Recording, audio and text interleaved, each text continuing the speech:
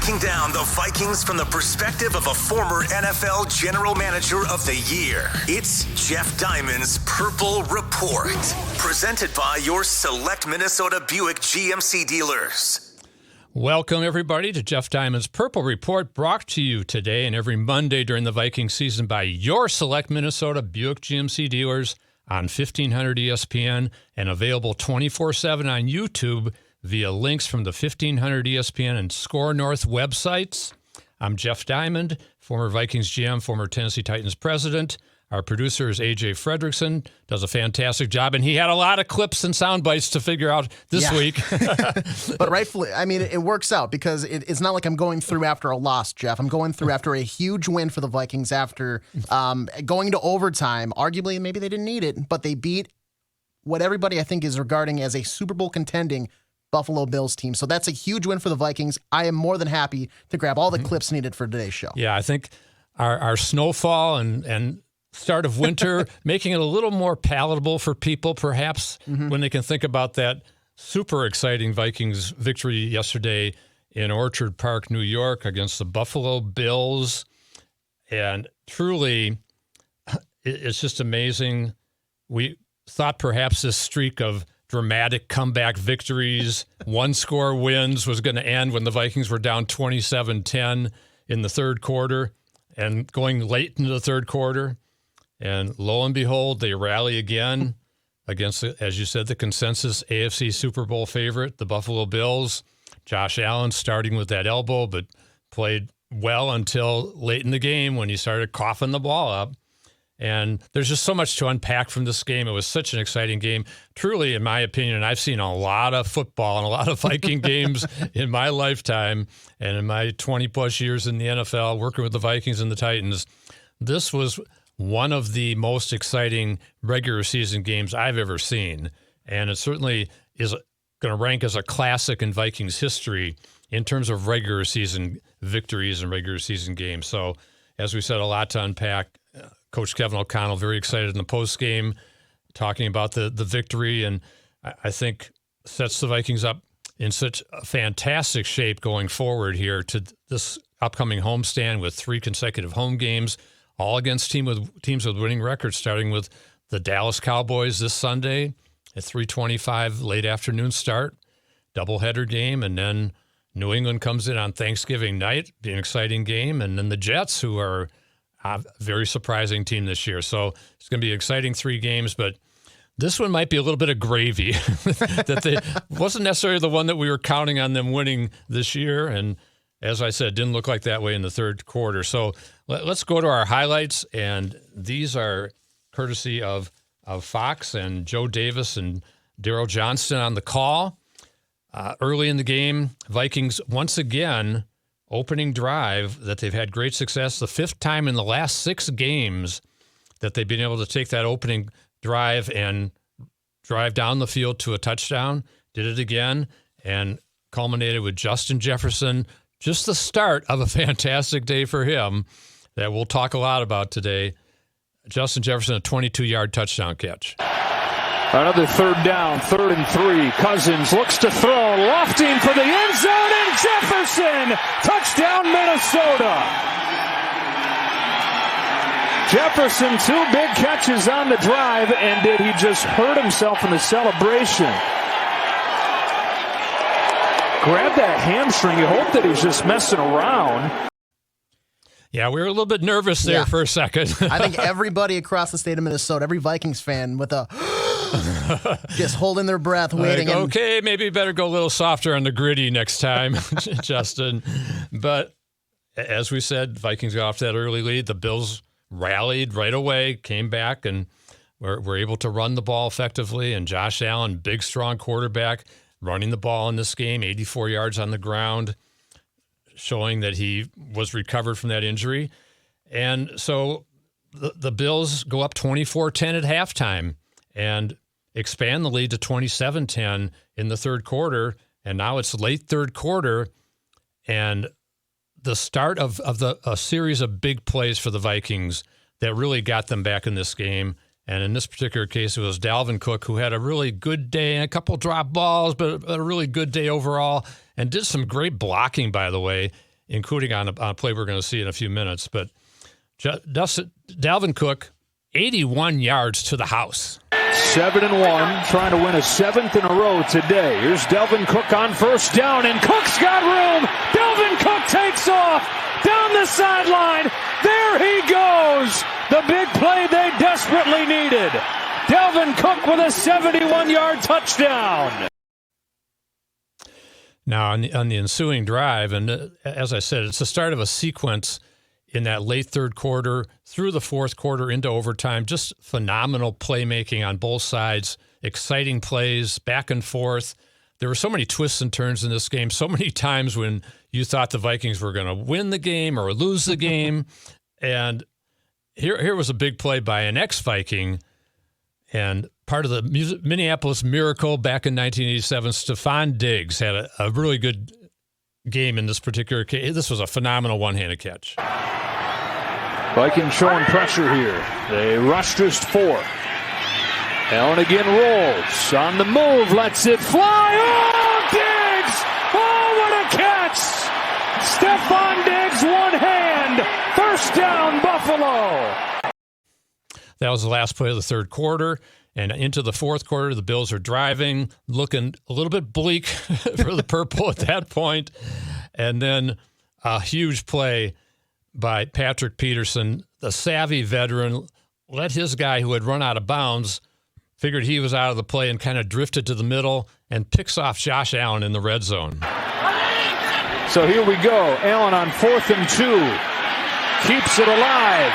Josh Allen into the end zone, and it's picked by Peterson. Patrick Peterson has some room. The veteran down the sideline and back to the 34.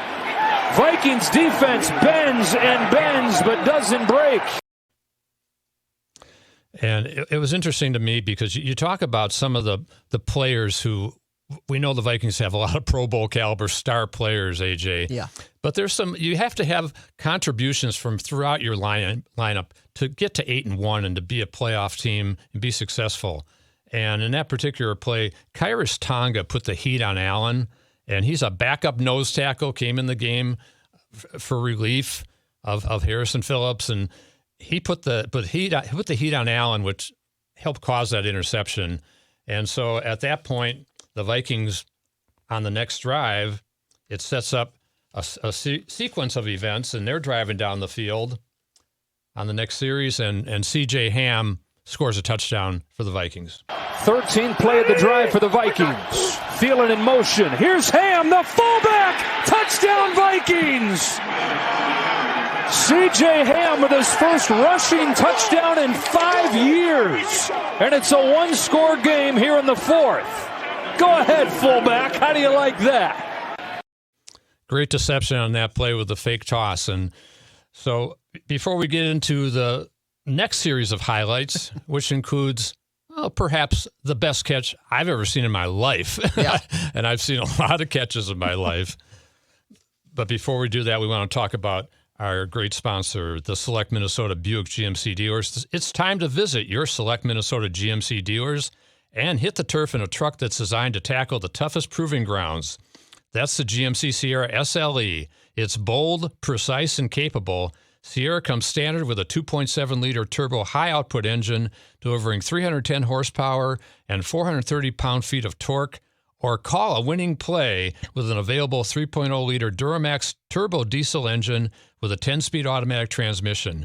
And when it comes to comfort and refinement, climb in and discover the convenience of the standard 13.4-inch diagonal center touch screen. And don't forget, Sierra is truly the MVP with the world's first available 6-function multi-pro tailgate.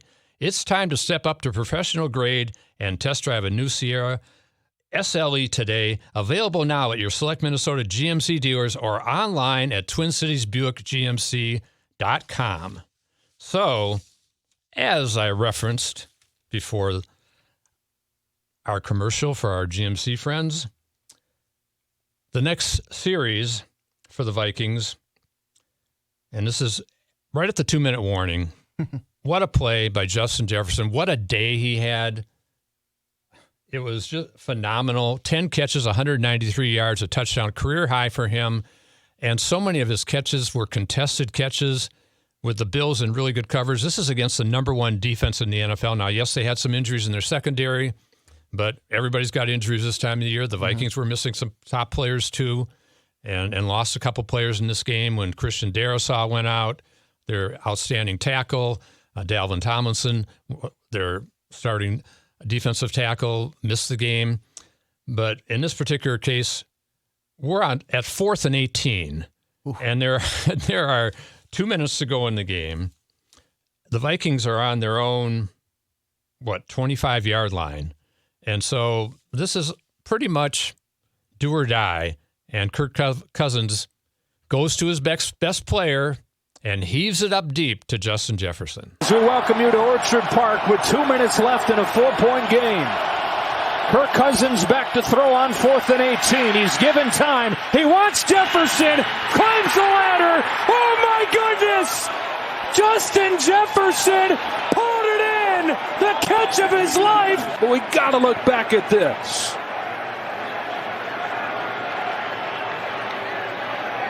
How does he maintain possession all the way through, not allow that ball to hit the ground?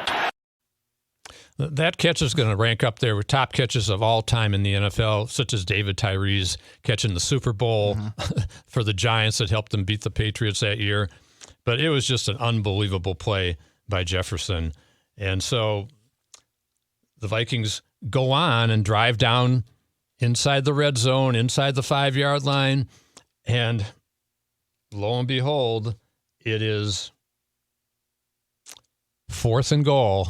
Yeah. Kirk Cousins lines up for, first of all, Dalvin Cook dropped a potential touchdown on 3rd down, but be that as it may, it's 4th and goal. Kirk Cousins tries the quarterback sneak. Cousins to sneak it. Can he break the plane? Is he in? No signal yet. Still waiting. He's short. They slam the door. I thought he was in, but then they showed the replay and his shoulder hit the ground. Yeah. Oh, my gosh. That was just heart-wrenching, and figure game's over again. But this Viking team, as Kevin O'Connell repeatedly tells us, they believe and they have confidence and they don't give up and they keep playing. And that set up the next play, which was Josh Allen just trying to execute a quarterback sneak to get out of the end zone, basically on the 2-inch line. And here's what happened. Zero breathing room. He tries to sneak it. The ball is loose. Impossible. Do the Vikings have it? Scramble for the ball. It is a touchdown on their last breath.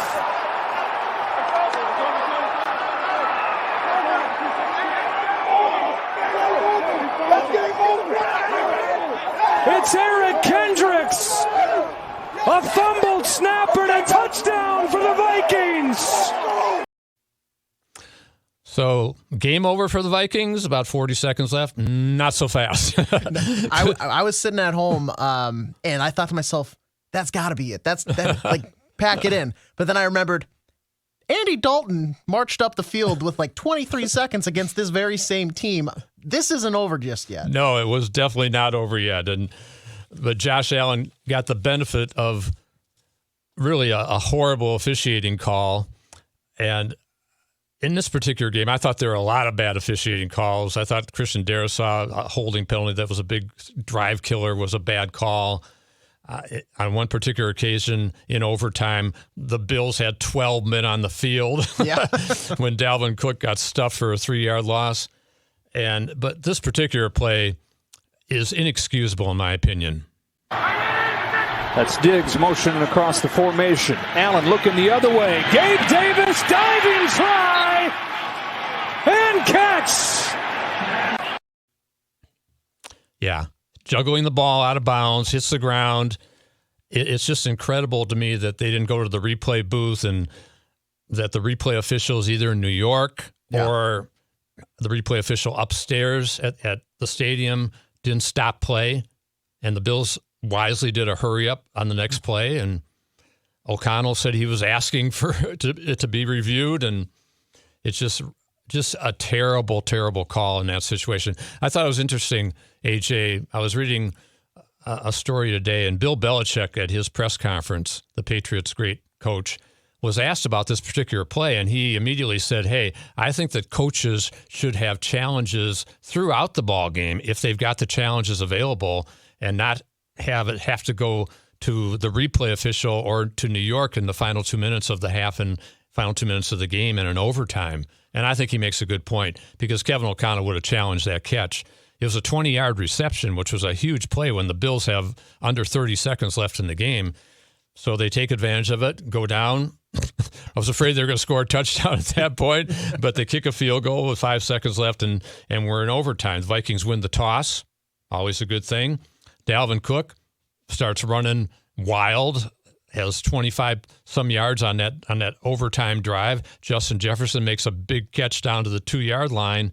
And then again, as I mentioned before, the play, Cook is stuffed for a 3-yard loss, but the Bills have 12 men on the field, and the officials don't catch that. And the replay official doesn't catch that. It's just unbelievable that the Vikings were able to overcome this and overcome on the previous touchdown we mentioned from C.J. Ham that took them to 27-23. Greg Joseph misses an extra point for the 4th time this year. No other kicker in the league's missed more than 2. Greg got to stop doing that now. Yeah. Now, he did kick the winning field goal, which we're going to see right now as the Vikings drove down, had to settle for a field goal. Vikings take the lead. Good thing he made that, or he may have been on the next bus out of Buffalo, but may not have let him on the plane home. Jeff, I asked you a couple shows ago, it feels like, is he tiptoeing the line? Does the front office maybe need to look at, do we need to look at other kicking options? Because it's apparent now this team is one that's built to last. Well, it's very has your stance maybe changed in the past few weeks on Greg Joseph? It's very fortunate for them that his 4 missed extra points have not cost them a game yet, because they've often made the game closer than it should have been or not got them within striking range, and it just can't happen that you expect obviously you're going to miss 1 or 2 over the course of an entire season, but basically 4 in about 6 games, that's not acceptable, and they got to figure that out for sure. And so, as we said, the Bills then get the ball, because you can't win on a field goal unless the other team has a chance. So Buffalo's driving. Josh Allen is rambling through the defense. He is so hard to bring down. Zadarius Smith and Danielle Hunter are so close to grabbing him, DJ Wanham, and they get down in the red zone again, and the game-winning, saving, whatever you want to call it, play by Patrick Peterson. Then battle it out.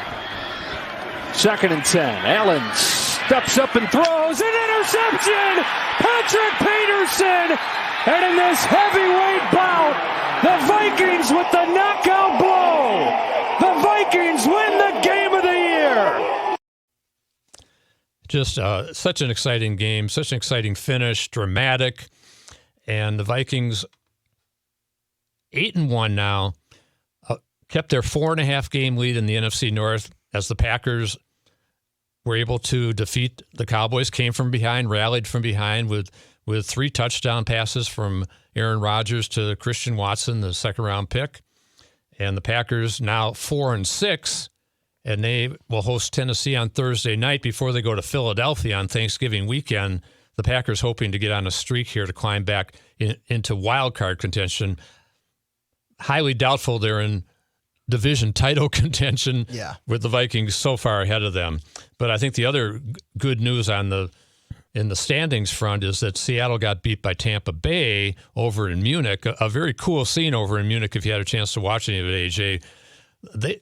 They had 3 million requests for tickets in Munich for a 67,000-seat stadium.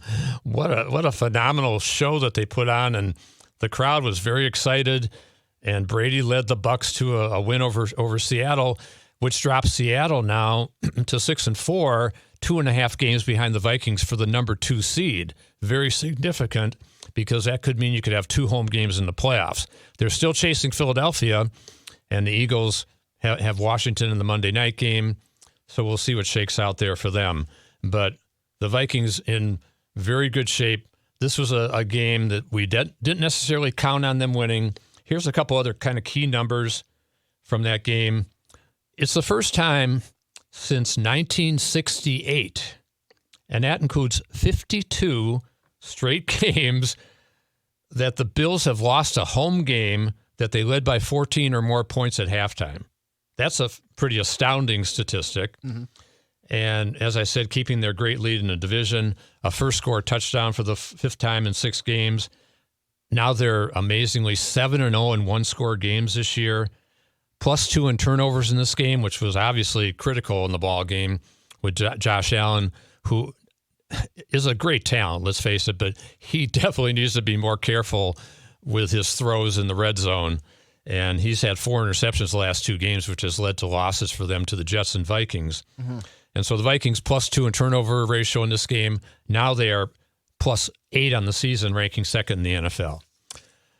Let's again talk about our great sponsor, the Select Minnesota GMC dealers, Select Minnesota Buick GMC dealers. It's time to visit your Select Minnesota GMC dealers and hit the turf in a truck that's designed to tackle the toughest proving grounds. That's the GMC Sierra SLE.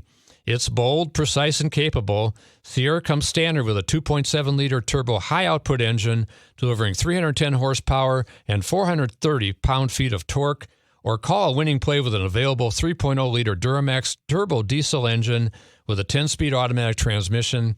And when it comes to comfort and refinement, climb in and discover the convenience of the standard 13.4-inch diagonal center touchscreen. And don't forget, Sierra is truly the MVP with the world's first available 6-function multi-pro tailgate. It's time to step up to professional grade and test drive a new GMC Sierra SLE today.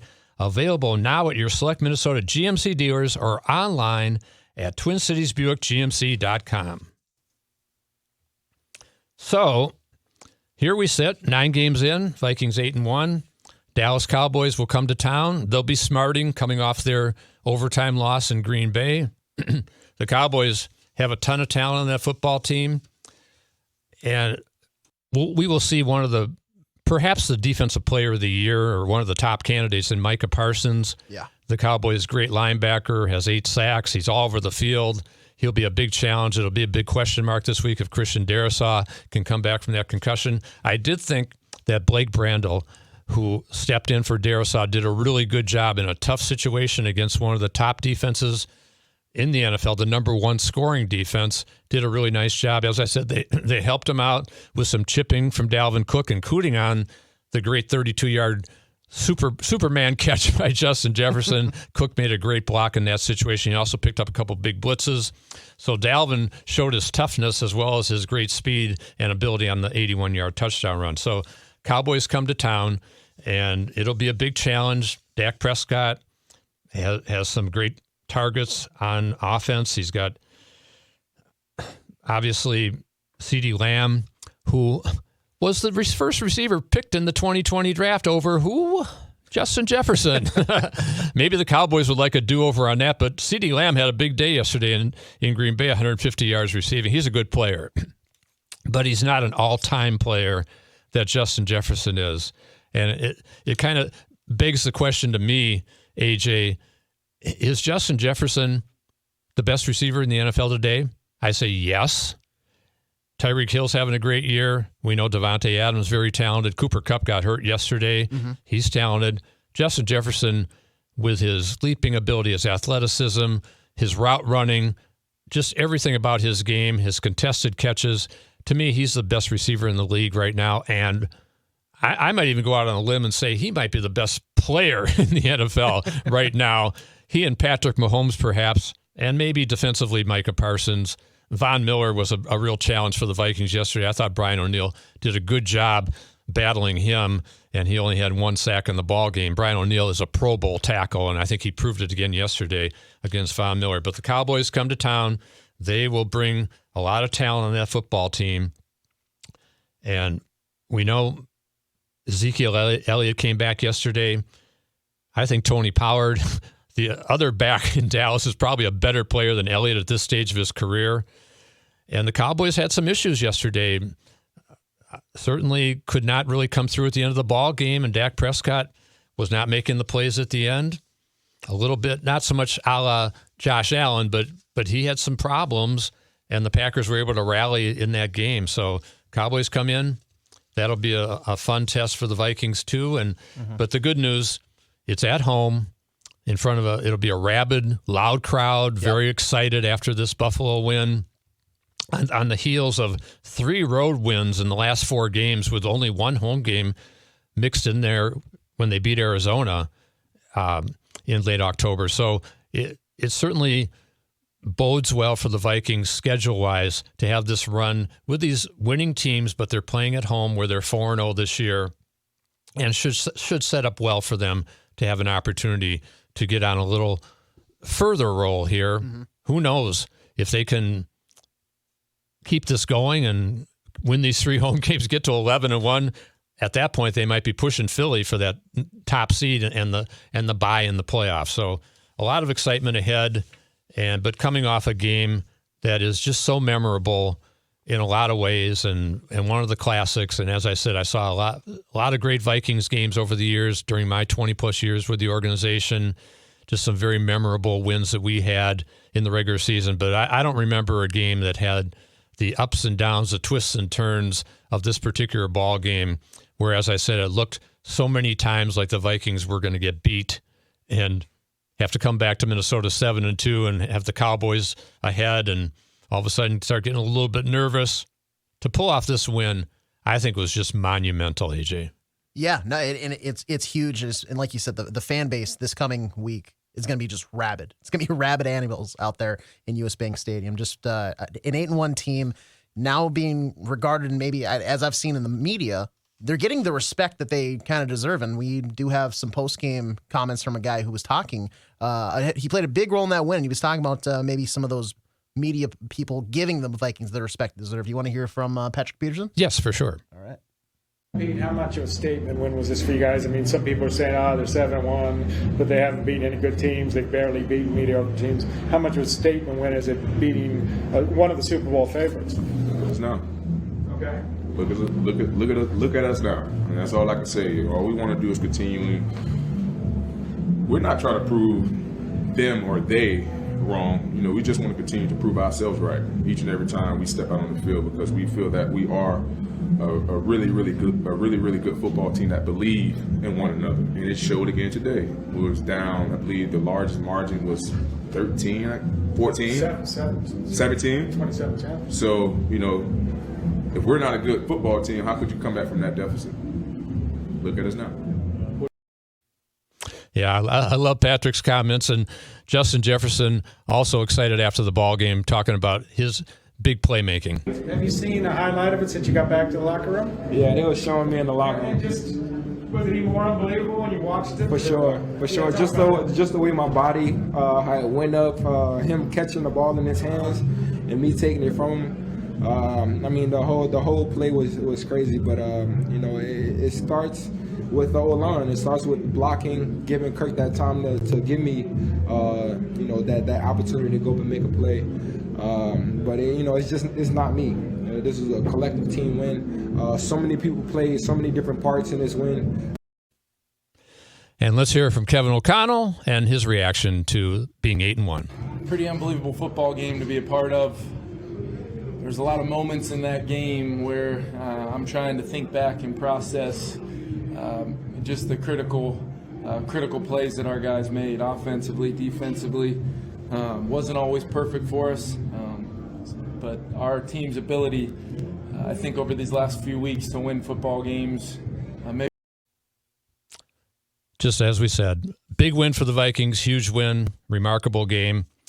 And we want to thank you again for joining us tonight on Jeff Diamond's Purple Report, brought to you by your select Minnesota Buick GMC dealers on 1500 ESPN, available 24/7 on YouTube via links from the 1500 ESPN and Score North websites. Have a good night, everybody.